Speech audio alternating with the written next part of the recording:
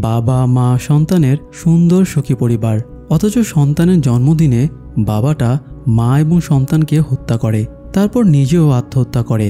এরকম ঘটনা শুধু একটা না, বরং পরপর বেশ কয়েকটা ঘটে যায়। কিন্তু কেন, কি কারণে একটা সুখী পরিবারকে এরকম পরিস্থিতির শিকার হতে হচ্ছে? এর পেছনে কি কোনো সাইকো কিলারের হাত রয়েছে, নাকি এটা ভৌতিক কোনো কারণে ঘটছে? পুরো FBI টিমের মাথা খারাপ হয়ে যায় এর সমাধান বের করতে। আসুন দেখা যাক 2024 সালে মুক্তি পাওয়া লংলেস সিনেমার এক্সপ্লেনেশনে আমরা এর সমাধান বের করতে পারি কিনা। লি হার্কার নামের একটি বাচ্চা মেয়ে জানালার পাশে টেবিলে বসে পড়ছিল। এই সময় তুষারে ঢাকা বাড়ির আঙিনায় একটা গাড়ি সে থামতে দেখতে পায়। গরম কাপড় পরে একটা ক্যামেরা নিয়ে সে বাইরে বেরিয়ে যায়। তখন তার একজন লোকের সাথে দেখা হয়। এরকম অদ্ভুত লোক সে কখনোই দেখেনি। মনে হচ্ছে লোকটার শরীরে রক্ত বলে কোনো উপাদানই নেই। লোকটা রিনরিনে গলায় লিকে তার পরবর্তী জন্মদিনের শুভেচ্ছা জানায়, তারপরে আকাশ কাঁপানো একটা হাসি দেয়। এরপরে কেটে যায় প্রায় 20 বছর। লি এখন FBI এজেন্ট হিসেবে চাকরি করছে। সে তার সহকর্মীকে নিয়ে একজন খুনির খোঁজে যায়। একটা কলোনিতে ঢুকে লিয়ের সন্দেহ হয় সামনের বাড়িটিতে খুনি থাকতে পারে। সে ব্যাকআপ ফোর্স আনার জন্য বলে, কিন্তু তার সহকর্মী এটাকে স্বাভাবিকভাবেই নেয়। সে ফোর্স আনার বদলে নিজে গিয়ে ওই বাড়ির দরজায় নক করে, আর তখন তাকে শ্যুট করা হয়। সেই স্পটেই মারা যায়। লি কোনোভাবে দেয়ালের আড়ালে লুকিয়ে পড়ে। কিছুক্ষণ পরে সে ধীরে ধীরে বাড়ির ভেতরে ঢোকে এবং কিলারকে নিরস্ত্রভাবে গ্রেপ্তার করে। তারপরে লি চলে যায় IQ টেস্ট দিতে। লিয়ের IQ যথেষ্ট ভালো ছিল। এরকম ভালো IQ নলেজের কারণে সে সহ বাকিরাও বেশ অবাক হয়ে যেত। যাই হোক, লিয়ের সিনিয়র অফিসার এজেন্ট কার্টার লিকে একটা বাড়ির সামনে নিয়ে যায়। কার্টার বাড়িটা দেখিয়ে বলে, এই বাড়িতে 4 সদস্যের একটা পরিবার বাস করত। বাবা স্কুলে পড়াতো, মা চার্চের পাশে কেকের দোকান চালাতো। বেশ সুখী এবং ভালো পরিবার ছিল। কিন্তু মাস 2 আগে তাদের সবাইকে খুন করা হয়েছে। বাড়ির বাকি 3 সদস্যকে বাবা খুন করেছে, এমনকি সে নিজের স্ত্রীকে 61 বার ছুরি দিয়ে আঘাত করেছে, অতঃপর নিজেও আত্মহত্যা করেছে। এরকম ঘটনা গত 30 বছরে মোট 10টি ফ্যামিলির সাথে ঘটেছে। কার্টার জানায় তাদেরকে দিয়ে কেউ একজন এই নৃশংস কাজটা করাচ্ছে, কারণ প্রত্যেক ভিকটিমের বাড়িতে একটা করে চিঠি পাওয়া গেছে, যেটা ডিকোড করে লংলেস নামটা পাওয়া গেছে। কিন্তু কে বা কারা এই কাজটা করাচ্ছে সেই ব্যাপারে FBI এখন পর্যন্ত কোনো ক্লু পায়নি। এরপরে কার্টার লিকে অফিসে নিয়ে আসে। সেখানে ক্লিপবোর্ডে কেস সংক্রান্ত চিরকুটগুলো লাগানো ছিল। কার্টার জানায় প্রতি ফ্যামিলির কমন ফ্যাক্টর হলো সব ফ্যামিলিতেই একজন মেয়ে রয়েছে যার বয়স প্রায় 9 বছর, এবং প্রত্যেক মেয়ের জন্ম তারিখ যে কোনো মাসের 14 তারিখে। কার্টার লিকে আরও বিস্তারিতভাবে অ্যানালাইসিস করতে দেয়। লি কেস নিয়ে ব্যস্ত হয়ে পড়ে। কেস স্টাডি করতে করতে একসময় লি ঘুমিয়ে পড়ে। তখন কার্টার ফিরে এসে লিকে ডেকে তোলে, তারপর রিল্যাক্স করার জন্য তাকে নিয়ে বারে ড্রিঙ্ক করতে যায়। এই সময় লি জানায় ভিকটিমদের কারো বাড়িতে ফোর্স এন্ট্রি নেই, অর্থাৎ খুনিকে আপোষে ভেতরে ঢুকতে দেওয়া হয়েছে। তাছাড়া খুনের জন্য যে মার্ডার ওয়েপেনগুলো ইউজ করা হয়েছে সেগুলো বাইরে থেকে আনা হয়নি, বরং সবগুলো ভিকটিমদের ঘরেই ছিল। আসল খুনি যাবার সময় শুধু একটা করে চিঠি ফেলে গিয়েছে, যেটা হ্যান্ডরাইটিং কারোর সাথেই মেলে না। লিয়ের পর্যবেক্ষণ দেখে কার্টার খুশি হয়। কার্টার একটু বেশি ড্রিঙ্ক করে ফেলেছিল, তাই লি তাকে ড্রাইভ করে তার বাড়িতে পৌঁছে দেয়। কার্টার লিকে তার স্ত্রী আর মেয়ের সাথে দেখা করে যেতে বলে। কার্টার তার স্ত্রী অ্যানা আর মেয়ে রবির সাথে লিকে পরিচয় করিয়ে দেয়। রবির আর কয়েকদিন পরে জন্মদিন ছিল, তাই সে লিকে জন্মদিনে ইনভাইট করে। লিও আসতে রাজি হয়ে যায়। কথা শেষ করে লি নিজের বাড়িতে ফিরে আসে। লি ফ্রেশ হয়ে মায়ের সাথে ফোনে কথা বলছিল। এ সময় তার দরজায় কারো ডাক পড়ে, কিন্তু কে জিজ্ঞেস করার পরেও লি কোনো উত্তর পায় না। তাই দরজা না খুলে বাইরের লাইট জ্বালিয়ে সে জানালা দিয়ে বাইরে তাকায়। তখনই কিছুটা দূরে লি কারো ছায়া দেখতে পায়। লি দ্রুত গান নিয়ে বাইরে বেরিয়ে আসে, কিন্তু কাউকে দেখতে পায় না। সে পেছন ঘুরতেই দেখে ছায়াটা তার ঘরে ঢুকে যাচ্ছে। সে আবারও দৌড়ে ঘরে ঢোকে, কিন্তু পুরো বাড়ি খুঁজেও কাউকে পাওয়া যায় না। তবে লি তার টেবিলের ওপরে একটা এনভেলপ খাম দেখতে পায়, যেটা এই মাত্রই কেউ রেখে গিয়েছে। লি খামটা খুলে একটা বার্থডে কার্ড পায়। কার্ডটা লংলেস পাঠিয়েছে, যেটাতে তাকে নেক্সট বার্থডের জন্য হ্যাপি বার্থডে উইশ করা হয়েছে। শুধু তাই না, সাথে কিছু কোড ল্যাঙ্গুয়েজও লেখা ছিল। লি বাইবেল খুলে কোড ল্যাঙ্গুয়েজ ডিকোড করে। এতে সে যা লেখা দেখতে পায় তাতে বেশ হকচকিয়ে যায়। সেখানে লেখা ছিল, এটা তুমি কিভাবে পেয়েছো, আর এটার কথা কিভাবে তোমার মাথায় আসলো, এটা সবাইকে জানাও, না হলে আমি তোমার মায়ের স্তন কেটে ফেলবো আর ব্লিডিং হয়ে সে মরে যাবে। এই সময় লিয়ের কাছে ফোন আসে। এবং বলা হয় এজেন্ট কার্টার তাকে ডাকছে। ফোন পেয়ে লি বেরিয়ে আসে। তারা একটা বাড়িতে যায়। এই বাড়িটিও লংলেসের শিকার। এই বাড়ির লোকগুলোকে বেশ কিছুদিন আগেই মেরে ফেলা হয়েছে, কিন্তু তারা এতদিন খোঁজ পায়নি, কারণ মেয়ের জন্মদিন উপলক্ষে তারা কোথাও ঘুরতে যাওয়ার প্ল্যান করেছিল। তাই তারা বেড়াতে গিয়েছে ভেবে কেউ তাদের খোঁজ নিতে আসেনি এবং তাদের মৃত্যুর কথাও জানা যায়নি। বাড়ি থেকে বিমানের টিকিট এবং রিজার্ভেশন রিসিপ্টটাও পাওয়া গেছে, কিন্তু তারা ঘুরতে যাবার আগেই খুন হয়েছে। খুনের প্যাটার্ন ঠিক একই রকম। তারা বীভৎস লাশ দেখে অবাক হয়ে যায়। লাশগুলো পচে গলে পোকা ধরে গিয়েছিল। তবে এখানেও তারা লংলেগসের চিঠি পেয়েছে, তাই তাদের কাছে ঘটনাটা পরিষ্কার। লি স্বাভাবিক থাকার চেষ্টা করে। তারপরে মাকে ফোন দিয়ে বলে সে কয়েকদিন ব্যস্ত থাকবে, তাই ওনাকে ফোন দিতে পারবে না। লি বাড়ি ফিরে লংলেগস কেস নিয়ে আবারও অ্যানালাইসিস শুরু করে। সে একটা ক্লু থেকে 9 সার্কেল অফ হেল বইয়ের রেফারেন্স পায়, তাই সে বইটা খুলে পড়তে থাকে এবং কেসের সব ক্লু মিলিয়ে একটা উল্টা ত্রিভুজের শেপ পায়, যেটা মূলত শয়তানের প্রতীক হিসেবে ধরা হয়। পরের দিন লি কার্টারের সাথে দেখা করে। সে কাগজটা দেখিয়ে বলে এটা খুনির অ্যালগোরিদম। এখানে প্রথম খুন হয় জুলাই 14, 1966 সালে। বাকি খুনগুলো হয় প্রতিটা মেয়ের জন্মদিনের 6 দিনের ভেতরেই। আর সব খুনের ডিটেলস মিলিয়ে দিলে ইনভার্টেড ট্রায়াঙ্গেল পাওয়া যাচ্ছে। লি চিঠিগুলোর মিনিংও বের করেছে। এর মধ্যে একটা চিঠিতে লেখা ছিল লংলেগস ক্যামেরা ফ্যামিলিকে হত্যার সময়ে খুব মজা পেয়েছিল। লি বলে এই ঘটনার দিনে একজন স্থানীয় ধর্মযাজক ওই বাড়িতে গিয়েছিল। খুনি বাবা মায়ের সাথে সেই যাজককেও খুন করে। তবে একমাত্র এই মার্ডার কেস থেকেই এই বাড়ির মেয়ে ক্যারি বেঁচে যায়। তবে সে মানসিকভাবে আনস্টেবল হয়ে পড়ে। সে এখন একটা মানসিক নিরাময় কেন্দ্রে রয়েছে। তারা ক্যারির সাথে দেখা করতে যাওয়ার কথা ভাবে। তবে ক্যারির সাথে দেখা করার আগে তারা ক্যারির বাড়িতে যায় লংলেগসের কোনো ক্লু পাওয়া যায় কিনা জানার জন্য। কার্টার আর লি খামার ঘরে ঢুকে একটা ক্রুশ পায়। এটা সরালে একটা ছোট করিডোরে তারা একটা পুতুল দেখতে পায়। পুতুলটা দেখতে হুবহু ক্যারির মতো, আর পুতুলটার হাইটও প্রায় 9 বছরের একটা মেয়ের সমানই। তারা পুতুলটা ফরেন্সিক ল্যাবে নিয়ে আসলে ডাক্তার জানায় পুতুলটা সম্পূর্ণ হ্যান্ডমেড। পুতুলের মাথার ভেতরে ডাক্তার একটা গোল মেটাল বলও পায়, কিন্তু সেটার ভেতর সম্পূর্ণ ফাঁপা। ডাক্তার বলটাকে ব্রেইন নাম দেয় আর মজা করে সেটাকে বাংলাদেশের রাজনীতিবিদদের ব্রেইনের সাথে তুলনা করে। যাই হোক, পুতুলটা থেকে তারা আর এর চেয়ে বেশি ইনফরমেশন পায় না।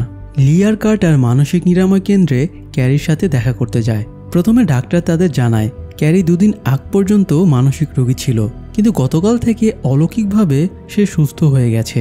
তাকে দেখে মনেই হচ্ছে না এতগুলো বছর ধরে মানসিকভাবে অসুস্থ ছিল। তবে 2 দিন আগে কেউ একজন ক্যারির সাথে দেখা করতে এসেছিল। লি ভিজিটর রেজিস্টারটা চেক করে অবাক হয়ে যায়, কারণ যে দেখা করতে এসেছিল সে রেজিস্টারে লির নাম লিখে রেখেছিল।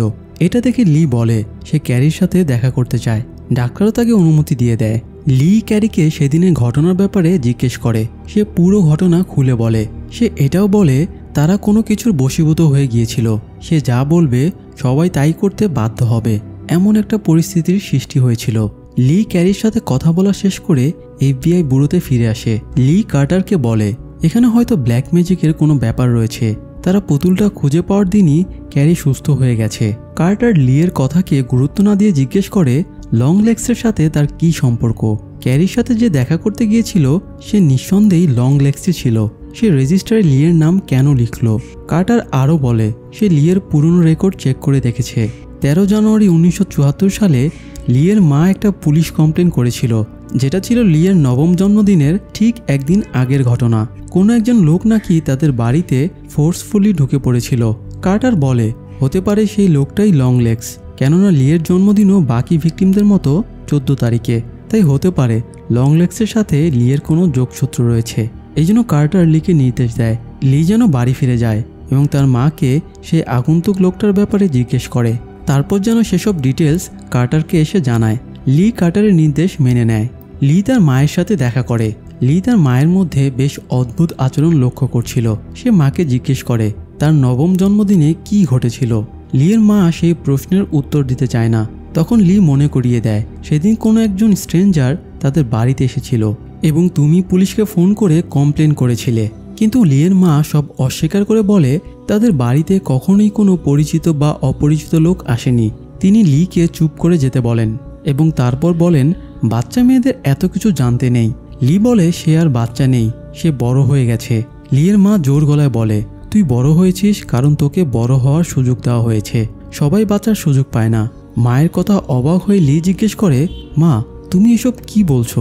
লিয়ের মা বলে তিনি যথাসম্ভব সবকিছু ভুলে গিয়েছেন, তাই লিও যেন সব ভুলে যায়। তাদের মা মেয়ের রহস্যময় কথাবার্তা এখানেই শেষ হয়ে যায়। লি তাদের পুরনো ট্র্যাঙ্ক খুলে খোঁজাখুঁজি করতে গিয়ে একগুচ্ছ ছবি পায়, যেগুলো সে ছোটবেলায় তুলেছিল।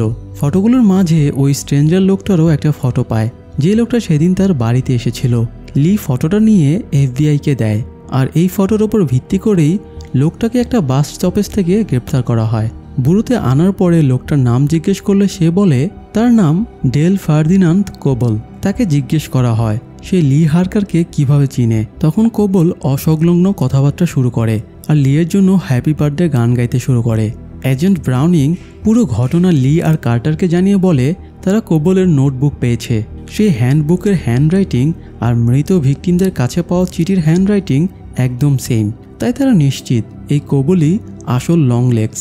লি বলে হতে পারে সে লং লেগস, কিন্তু সে একা নয়, তাকে এই কাজে আরও কেউ নিশ্চয়ই সাহায্য করছে। কার্টার লিয়ের কথাকে পাত্তা না দিয়ে বলে তাদের কাছে প্রমাণ আছে, তাই তার ভিত্তিতেই কোবলকে তারা শাস্তি দেবে। কিন্তু ব্রাউনিং বলে তাদের কাছে যথেষ্ট প্রমাণ নেই। কোবলের আচরণ এবং নোট থেকে বোঝা যাচ্ছে সে শয়তানের উপাসনা করে, কিন্তু তাদের দেশে শয়তানের উপাসনা করা কোনো অপরাধ না, তাই তার বিরুদ্ধে শক্ত কোনো প্রমাণ তাদের কাছে নেই। লি নিজে কোবলের সাথে দেখা করার সিদ্ধান্ত নেয়। দেখা করতে যাওয়ার আগে তার ছোটবেলার কথাটা মনে পড়ে, যেদিন তার সাথে প্রথম কোবলের দেখা হয়েছিল। লিয়ের মা কোবলকে জিজ্ঞেস করেছিল সে কে, এখানে কেন এসেছে। কোবল বলেছিল সে এক বন্ধুর বন্ধু হয় যে নিচতলায় থাকে, অর্থাৎ কোবল শয়তানের কথা বলেছিল যে পাতাল লোকে থাকে, কিন্তু লি তার কথার অর্থ সেদিন বুঝতে পারেনি। যাই হোক, লি কোবলকে জিজ্ঞেস করে তাকে কে সাহায্য করছে আর নিচতলা সেই লোকটাই বা কে। কোবল বলে এটা তোমার মাকে জিজ্ঞেস করছো না কেন। এরপরে কোবল টেবিলে নিজের মাথা ঠুকে ঠুকে মুহূর্তের মধ্যে আত্মহত্যা করে নেয়। তবে মরার আগে সে জানিয়ে যায় সে মরে গেলে তার শরীর এখানে থাকবে, কিন্তু তার আত্মা সর্বত্র বিরাজ করবে। কোবল মারা যাওয়ার পরে কার্টার লিয়ের ওপরে বেশ ক্ষেপে যায় আর তাকেই সন্দেহ করতে থাকে। তাছাড়া লিয়ের মাকেও বুড়োতে নিয়ে সে জিজ্ঞাসাবাদের নির্দেশ দেয়। লি আর এজেন্ট ব্রাউনিং লিয়ের মায়ের বাড়িতে যায়। লি ব্রাউনিংকে গাড়িতে রেখে মাকে খুঁজতে বাড়ির ভেতরে যায়, আর ততক্ষণে তার মা একটা শটগান এনে ব্রাউনিংকে গুলি করে দেয়। গুলির শব্দ শুনে লি বাইরে তাকিয়ে দেখে তার মা ব্রাউনিংকে শ্যুট করছে। লি দ্রুত বাইরে বেরিয়ে আসে এবং তার মাকে একটা পুতুলের সামনে শটগান হাতে দেখতে পায়। এই পুতুলটা দেখতে হুবহু 9 বছর বয়সী ছোট লিয়ের মতো। লিয়ের মা বলে কোবল মুক্ত হয়ে গেছে, এবার লিও মুক্ত হয়ে যাবে। এই বলে তিনি পুতুলের মাথাটা গুলি করে উড়িয়ে দেন, আর তখনই পুতুল এবং লিয়ের মাথা থেকে কালো ধোঁয়া বেরিয়ে যায়, অর্থাৎ লি শয়তানের প্রভাব মুক্ত হয়ে যায়। লিও সেই মুহূর্তে প্রভাবমুক্ত হয়ে সেন্সলেস হয়ে পড়ে যায়। আসলে 20 বছর আগে কোবল যখন লিদের বাড়িতে আসে সে লিকে তার অনুসারী বানাতে চেয়েছিল, কিন্তু লিয়ের মা রাজি না হলে কোবল তাকে হাত পা বেঁধে টর্চার করে। তখন লিয়ের মা লিয়ের জীবন ভিক্ষা চাইলে কোবল তাকে নিজের পার্টনার হয়ে যাওয়ার অফার দেয়। লিয়ের মা বাধ্য হয়ে কোবলের শর্ত মেনে নেয়। এরপর থেকে কোবল ভিকটিম চুজ করার পরে সে ভিকটিমের মতো দেখতে একটা পুতুল বানাতো। তারপর মেটাল বলের মাধ্যমে কোবল পুতুলের মধ্যে শয়তানি শক্তি ঢুকিয়ে দিত। আর লিয়ের মা চার্চের নান সেজে হাতে একটা বাইবেল আর সেই পুতুলটা নিয়ে ভিকটিমের বাড়িতে যেত। ভিকটিম মেয়েটা পুতুলের পর্দাটা সরালেই শয়তানি শক্তি পরিবারের বাবাকে গ্রাস করে নিত। সে একদম পাগল হয়ে যেত, পুরোপুরি শয়তানের বশে চলে যেত। তারপর সে স্ত্রী সন্তানকে হত্যা করার পরে নিজেকেও হত্যা করত। আর এইভাবেই কোবল আর লিয়ের মা শয়তানকে সন্তুষ্ট করত। যাই হোক, লিয়ের সেন্স ফেরে একটা ফোন কল পেয়ে সে ফোনটা রিসিভ করতেই একটা কণ্ঠ বলে ওঠে আজ রবির জন্মদিন। কথাটা শোনা মাত্রই লি দ্রুত কার্টারের বাড়িতে যায়, কিন্তু সেখানে গিয়ে দেখে তার মা নান সেজে আগে থেকেই পুতুল নিয়ে চলে এসেছে। পুতুলটার প্রভাবও কার্টারের ফ্যামিলির ওপরে পড়তে শুরু করেছে। রুবি পুতুলটা জড়িয়ে ধরে বসেছিল আর কার্টার স্ত্রীকে নিয়ে রান্নাঘরে খাবার বানাতে চলে যায়। লিয়ের মা লিকে বলে তোকে বাঁচানোর জন্যই আমাকে এই পথ বেছে নিতে হয়েছিল। আমি এই কাজ না করলে আমাদের আজীবন নরকের আগুনে পোড়া লাগবে, তাই আমাকে বারবার এই কাজ করতেই হবে। এরই মধ্যে রান্নাঘর থেকে কার্টারের তার স্ত্রীকে কোপানোর আওয়াজ ভেসে আসে। কার্টার স্ত্রীকে মেরে রক্তমাখা ছুরি হাতে রুবিকে হত্যা করতে এগিয়ে আসে। তখন লি কার্টারকে গুলি করে হত্যা করে। তখন লিয়ের মা বলে তাদের বাঁচতে হলে রুবিকে মরতেই হবে। তিনি ছুরি বের করেন রুবিকে মারতে। তখন বাধ্য হয়ে রুবিকে বাঁচাতে লি তার নিজের মাকেও গুলি করে হত্যা করে। তারপরে রুবির ওপর থেকে শয়তানের প্রভাব কাটাতে সে পুতুলটার দিকে শ্যুট করে, কিন্তু গান থেকে কোনো গুলি বের হয় না। লি পুতুলের দিকে এক দৃষ্টিতে কিছুক্ষণ তাকিয়ে থাকে, তারপর রুবিকে বলে লেটস গো। কিন্তু তারা তো পুতুলটিকে ধ্বংস না করেই চলে গেল। তাহলে পরবর্তীতে কি অপেক্ষা করছে তাদের জন্য? এই প্রশ্নটি রেখেই সিনেমাটি এখানেই শেষ হয়। হয়তো এই মুভির পরবর্তী সিকুয়েলে এই প্রশ্নের উত্তর পাওয়া যাবে। দর্শক, হরর ক্রাইম জনরার এই সিনেমাটা আপনাদের কেমন লেগেছে? এরকম আরও এক্সপ্লেনেশন পেতে চ্যানেলটি সাবস্ক্রাইব করে আমাদের পাশেই থাকুন। ধন্যবাদ।